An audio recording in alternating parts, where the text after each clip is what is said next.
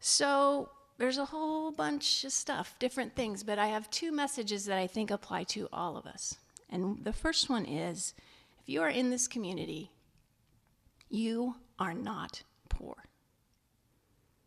That's what God has been working over in my mind a lot. You are not poor. I cannot shake that idea. I have become very comfortable with what I'm going to call a myth, and you have bought the myth that you are poor. You are not poor. There are people in the world who are poor, and we are not them.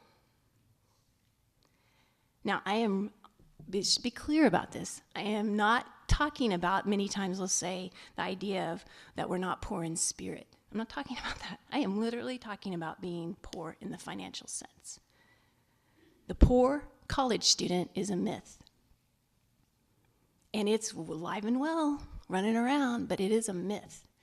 I'm not going to name any names, but someone even said it to me today, walking into chapel, about why they forgot their dollar. Because they were a poor college. They said it out loud. I didn't even tell them what I was going to say, but they said it for me. It's a myth. I perpetuate it. You have bought it. I'm very comfortable. I do some things based out of the idea that you are a poor college student. It's probably why I buy you some meals sometimes, or give you a break, or say, oh yeah, you don't have to pay, you can get it, stuff like that. Make exceptions. Our most holy, reverent, scholarly, blessed Reverend Dr. Steve Rankin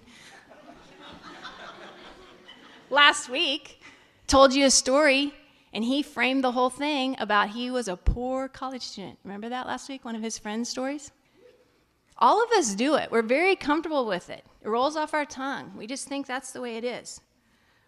But that's my message to here today, is that I'm not saying that some of you don't know about being poor, or I do understand that some of you may come from very poor places or moments of poverty or situations of poverty, and I know some of you have witnessed poverty and tried to help alleviate it. I'm not talking about any of that. If you are here and you are living in this community, we have somehow become very comfortable with the idea that it's okay to be a poor college student. I heard a student say this year, when it was around a discussion about contributing to something like $5 or something. And this person said, I can't give to a charity. I am my own charity. Because I'm a poor college student. I think some people laughed, kind of chuckled. God was already working in my mind, so I wasn't one of the laughers that time. I was thinking about it. And you should not buy that line. You can be givers. You are not your own charity. And this brings me to the second message that I'm having. It's all related, that I'm having trouble shaking.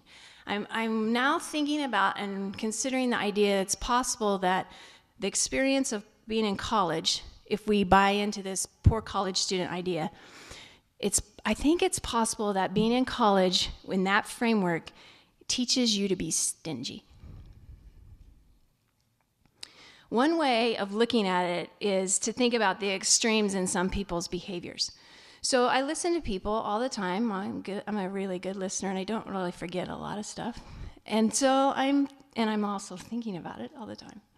So I think I hear people say, almost in a very prideful way, about their ability to live in thrift. Or they may say cheaply. I like thrift. That word's better. So they're espousing that way of living, a thrifty way of living, but not acknowledging that at the same time that they are living in a thrifty sense, they are cashing in on others' generosity all over the place. So they're living at a different standard than their thrift allows them, because they're living it on the backs of other people's generosity. And so there's that gamut way over there. Then there's, it's one of these spectrum things. Then way over at the other end, there's some people that I know that live in a situation where I believe that they're generous to a fault. They give so much of their stuff away that they can't take care of their own responsibilities, and so they are also living on the backs of others' generosities that are picking up the tab for them all along the way while they're out there giving their life to everything. I don't think either one of those places or those kind of behaviors is what God is calling us to. And so it makes me concerned. I feel concerned about every time I've laughed at a poor college student's joke, or I told my own stories of being a great poor college student, or overindulged a college student, or excused a college student's poor financial behavior just because I was buying in and very comfortable with the whole idea of a poor college student. And being a true teacher, I think my responsibility goes way beyond my classroom to help people learn and grow in this environment. And I don't want you to leave here being a stingy person. Some signs of stinginess that I see every day in college students, and others too, but I'm talking to you right now. I watch the offering plate go by you in all kinds of church settings, and you don't put anything in.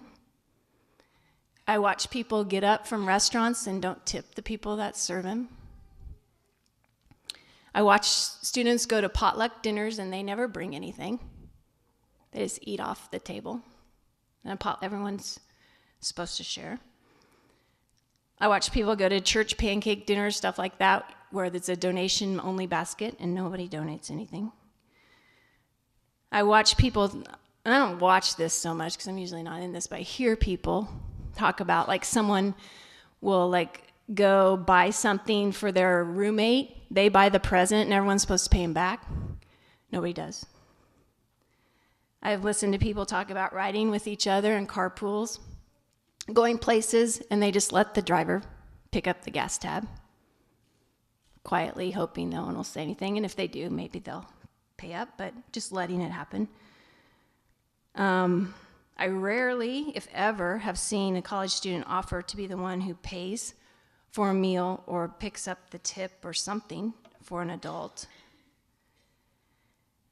I have lots of times heard about people you have benefited from someone else's ready cash or generosity, and then you just make people pound you to death before you pay them back. And a lack of a disciplined giving plan.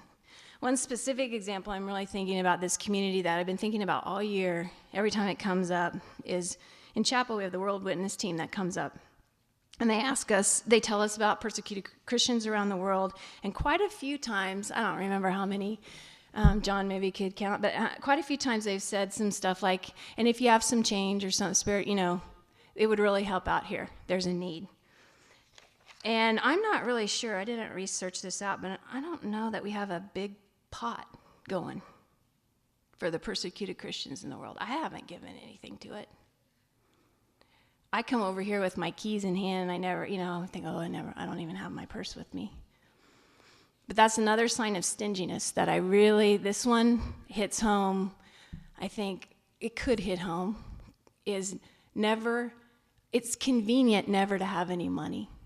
So when the time you're asked to have it, you just don't have it. And somehow in your head, you have rationalized that out to be because you're a poor college student.